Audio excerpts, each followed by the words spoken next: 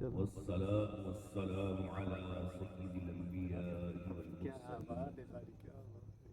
أما بعد فأعوذ بالله من الشيطان الرجيم بسم الله الرحمن الرحيم إن الله وملائكته يصلون على النبي يا أيها الذين آمنوا صلوا عليه وسلموا تسليما درود پاک پڑھیے اللهم صل على سيدنا ومولانا محمد معدن الجود والكرم وآله وبارك وسلم.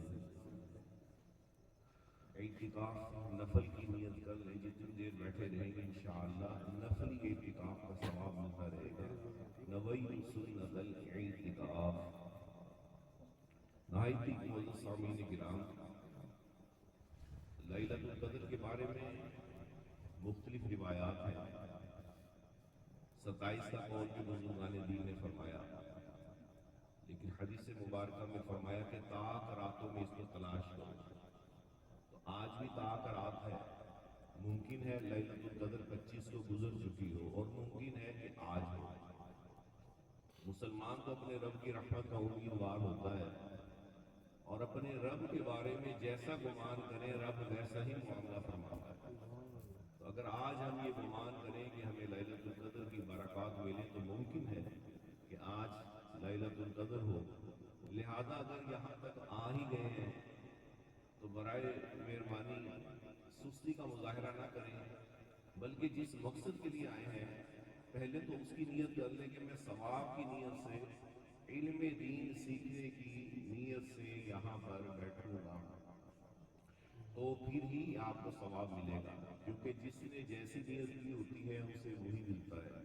اور ثواب کی نیت یا رضا الہی کی نیت جب تک نہ کریں گے تب تک ثواب نہیں ملے گا، چاہے فرض نماز کیوں نہ ہو.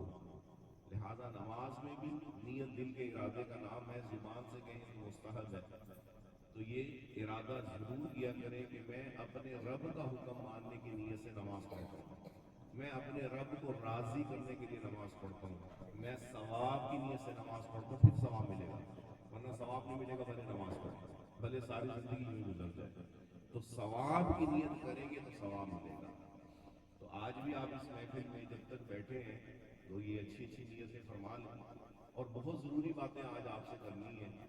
اس وقت جتنا فتنہ پھیلا ہوا ہے سوشل میڈیا کے ذریعے، بدعقیدگی عروج پر ہے، گناہوں کی جو ہے ایک لمبی فہرست ہے جو ہمیں گلی کوچوں گھروں میں جو ہے وہ عام ہوتی جا رہی ہے.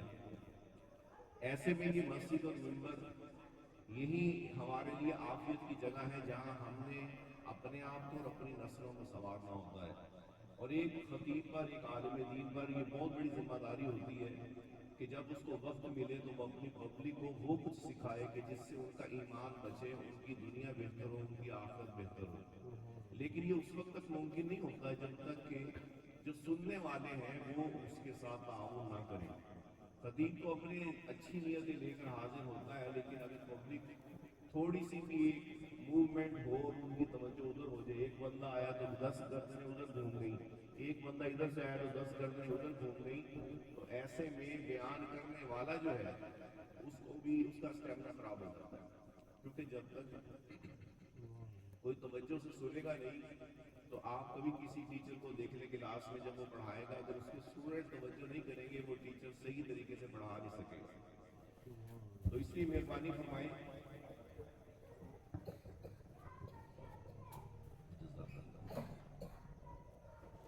چند معروضات پیش کرنی ہے قرآن پاک کے حوالے سے. آج ختم قرآن ہے اور ہماری بدقسمتی ہے کہ ہمیں اپنے بنیادی عقیدوں کا نہیں پتا، جس کی وجہ سے ہم اپنے عقیدوں کو روزانہ داؤ پہ لگا کے چلتے ہیں. یقین کیجئے اس طرح سے کوئی اپنے پیسے بھی ہاتھ میں لے کے نہیں جاتا جس طرح ہم نے اپنے عقیدوں کو کھلا چھوڑا ہوا. جو آئے چور چکا للو پنجو پھتو وہ آ کے ہمارے عقیدے پہ ضرب لگا دیتا ہے اور ہمیں اس کی کوئی پرواہ ہوتی نہیں ہے. کیوں کہ ہم نے اس کو اہمیت دی نہیں ہوتی. میں آپ سے پوچھتا ہوں کہ اگر آپ سے کوئی اتنا پوچھ لے کہ یہ جو قرآن پاک جس کی آج ختم کا پروگرام ہے، اس قرآن کے سچے ہونے کی ہمارے پاس کیا دلیل ہے؟ تو مجھے بتائیں کتنے لوگ بیٹھے ہیں جو یہ بتا سکتے ہیں کہ اس قرآن کے سچے ہونے کی یہ دلیل ہے؟ یعنی ہمارا ایمان ہے نا کہ اس قرآن پاک میں ایک زبر زیر کی کمی بیشی نہیں ہے، ایک حرف کی کمی بیشی نہیں ہے۔ جو کمی بیشی کا عقیدہ رکھے تو وہ مسلمان بولو بھی نہیں ہے، مسلمان نہیں ہے نا۔ جو قرآن پاک کے بارے میں شک کرے کہ پتہ نہیں یہ قرآن وہی ہے، پتہ نہیں اس کے اندر کوئی تبدیلی تو نہیں ہو گئی، پتہ نہیں اس کے اندر کوئی آیت رہ تو نہیں گئی، پتہ نہیں اس کے اندر کوئی آیت فالتو تو نہیں آ گئی، جو یہ صرف سوچے شک کرے وہ بھی دائرہ اسلام سے خارج ہو جاتا ہے۔ اتنا مضبوط عقیدہ، لیکن ابھی یہ نہیں پتا کہ اس قرآن کے سچے ہونے کی دلیل کیا ہے۔ کیونکہ احادیث مبارکہ پڑھتے ہیں تو اس میں ایک سند ہوتی ہے، امام بخاری نے فلاں سے سنا، انہوں نے فلاں سے سنا، انہوں نے فلاں سے سنا، انہوں نے صحابی رسول سے سنا، صحابی رسول نے نبی پاک علیہ الصلوۃ والسلام سے سنا کہ نبی پاک علیہ الصلوۃ والسلام یہ فرماتے ہیں۔ یہ سند ہوتی ہے کہ نہیں ہوتی؟ لیکن قرآن پاک کی سند کہاں ہے نا سوال؟ تو غیر مسلم ہی آپ سے پوچھ لیتا ہے کہ بھائی تمہارے قرآن کی سچائی کی دلیل کیا ہے؟ اور اس دلیل کے نہ پتہ ہونے کی وجہ سے آج ایسے ایسے فطری ہے کہ جو ہمیں ہمارے بنیادی عقیدوں سے پرے کر رہے ہیں اور ہمیں ہوش ہی نہیں ہے۔ لیکن ہمارا کام ہے آزان دیتے رہیں کہ سنے یا کوئی نہ سنے۔ تو آج میں آپ کو بتاتا ہوں کہ ہمارے قرآن کے سچے ہونے کی دلیل کیا ہے۔ دیکھیں، ایک ہوتی ہے خبر واحد کہ ایک بندے نے ایک بات سنی، ایک صحابی نے سنی نبی پاک علیہ الصلوۃ والسلام سے، انہوں نے آگے بیان کی، انہوں نے آگے بیان کی۔ اور ایک ہوتا ہے تواتر۔ کیا لفظ بولا میں نے؟ تواتر، یعنی کہ لوگوں کی اتنی کثرت ہر دور کے اندر یہ گواہی دے کہ یہ بات ایسے ہی ہے۔ لوگوں کی اتنی کثرت ہو کہ عقل کہے کہ یار یہ اتنے سارے لوگ جھوٹ نہیں کہہ سکتے، کیونکہ عقلیں بھلے مختلف ہیں، اور عقلیں مختلف ہونے کی وجہ سے یہ ایک بڑی دلیل ہے کہ کبھی بھی یہ نہیں ہو سکتا کہ ایک نظریہ جو ہے اس کے اوپر وہ ہو غلط اور اس کے اوپر سارے لوگ گواہیاں دیتے ہیں کہ نہیں ایسے ہی ہے۔ ایسا نہیں ہوتا۔ بیچ میں ضرور ایسے لوگ ہوتے ہیں جو بتاتے ہیں کہ نہیں ایسے نہیں، ایسے اختلاف کر جاتے ہیں۔ لیکن جب تواتر آ جائے اور سب ہی ایک ہی گواہی دے رہے ہو، کچھ تھوڑی طبیعت بھی ذرا ڈسٹرب ہے تو آپ کا ذوق ہوگا انشاءاللہ، تو اس سے بھی مدد ملے گی۔ جب اتنے سارے لوگ کسی بات کی گواہی دیں کہ عقل کہے کہ یار اتنے سارے لوگ یہ بات کہہ رہے ہیں یہ جھوٹ نہیں ہو سکتی، تو اسے ہم کہتے ہیں تواتر۔ اور تواتر کے ساتھ جو ہے یعنی کثرت ہر دور کے اندر ہو، اس میں بیچ میں ایک کڑی بھی گیپ نہ آیا ہو اور لوگوں کی اتنی کثرت ہو۔ مثال کے طور پہ آپ میں سے بہت یہاں پہ شاید بھی کوئی بندہ بیٹھا ہو جو امریکہ گیا ہو، بیٹھا کوئی بندہ جو امریکہ گیا ہو؟ نہیں۔ لیکن اس کے باوجود اگر میں آپ سے یہ کہوں کہ بھائی کیا امریکہ ہے، آپ کیا کہیں گے؟ ہے؟ شک تو نہیں ہے؟ اگر آپ سے کہیں کہ قرآن آپ کے سر میں رکھتے ہیں، قسم کھا کے کہوں کہ امریکہ ہے، آپ نے نہیں دیکھا آپ پھر بھی کہو امریکہ ہے، کہو گے کہ نہیں کہو گے؟ کیوں؟ اتنا یقین ہے نا آپ کو۔ یہ یقین کیسے آیا؟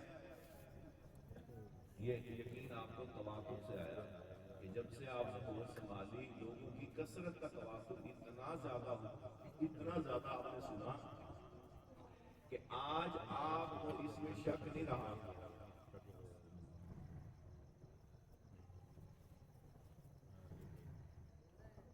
نعرہ تکبیر، اللہ اکبر، نعرہ رسالت، نعرہ خلافت، نعرہ حیدری، تاجدار ختم نبوت۔ تو ہمیں ابھی شک نہیں رہا کہ امریکہ نہیں ہے۔ بہت ساری چیزیں جو ہم نے نہیں دیکھی لیکن ہمیں یقین ہے کہ یہ ایسے نہیں ہے۔ کیوں؟ کہ اتنے لوگوں سے سنا، اب آپ کی عقل کہتی ہے یار یہ سارے لوگ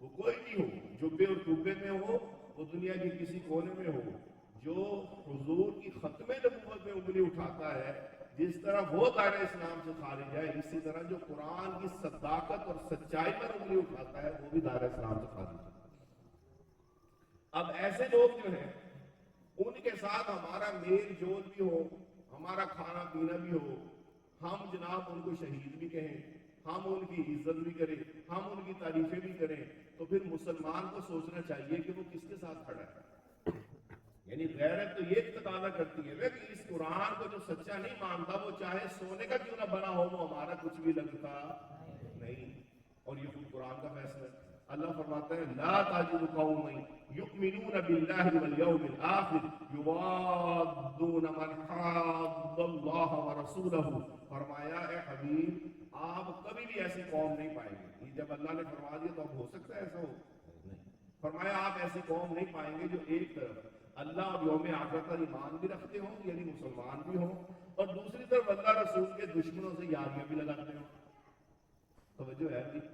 یہ قرآن کی بالکل واضح طور پہ فرمایا ایسا نہیں ہو سکتا کہ ایک طرف بندہ مومن بھی ہو، میں آپ کو مفہوم بتا رہا ہوں، اور دوسری طرف اللہ رسول کے دشمنوں سے یاریاں بھی لگائی ہوئی ہوں، ان کے ساتھ کھانے بھی کھا رہے ہیں، ان کے ساتھ جفیاں بھی ڈال رہے ہیں، ان کے ساتھ رشتہ داریاں بھی کر رہے ہیں، ان کے ساتھ جناب ان کو عزت بھی دے رہے ہیں۔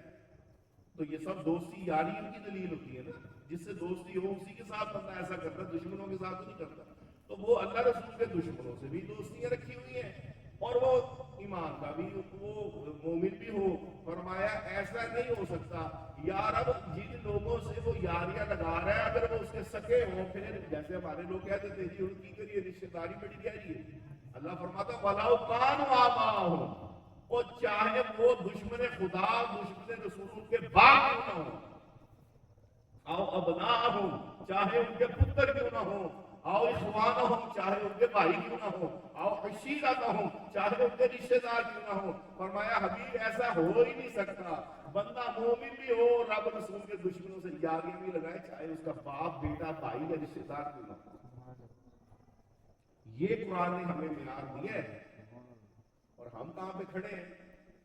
ہم کہتے ہیں جی وہ محبتیں بڑھاؤ، محبتیں بڑھاؤ جی، امت کو قریب کرو، آپس میں اتفاق کرو، ایک دوسرے سے کوئی بات نہیں، اختلاف ہو ہی جاتا ہے، اختلاف اپنی جگہ، لیکن آپ جو ہے نا محبتیں بڑھاؤ۔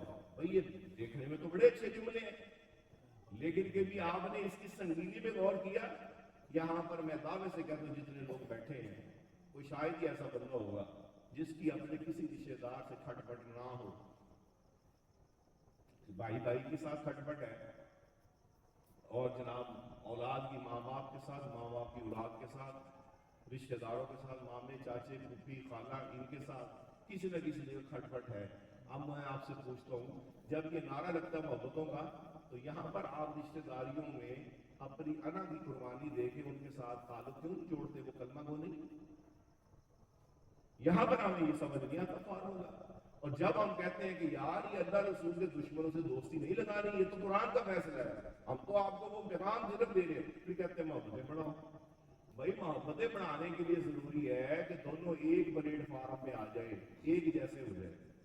اگر آپ نے کسی کو جوڑنا ہے، کسی کو ایک جگہ کھڑا کرنا ہے، تو ان دونوں کا جو نظریہ ہے وہ ایک ہونا چاہیے کہ نہیں ہونا چاہیے؟ ایسا ہو سکتا ہے کہ انڈیا اور پاکستان ایک جگہ کھڑا ہو جائے، اسرائیل اور پاکستان ایک جگہ کھڑا ہو جائے، قادیانی اور مسلمان ایک جگہ کھڑے ہو جائے؟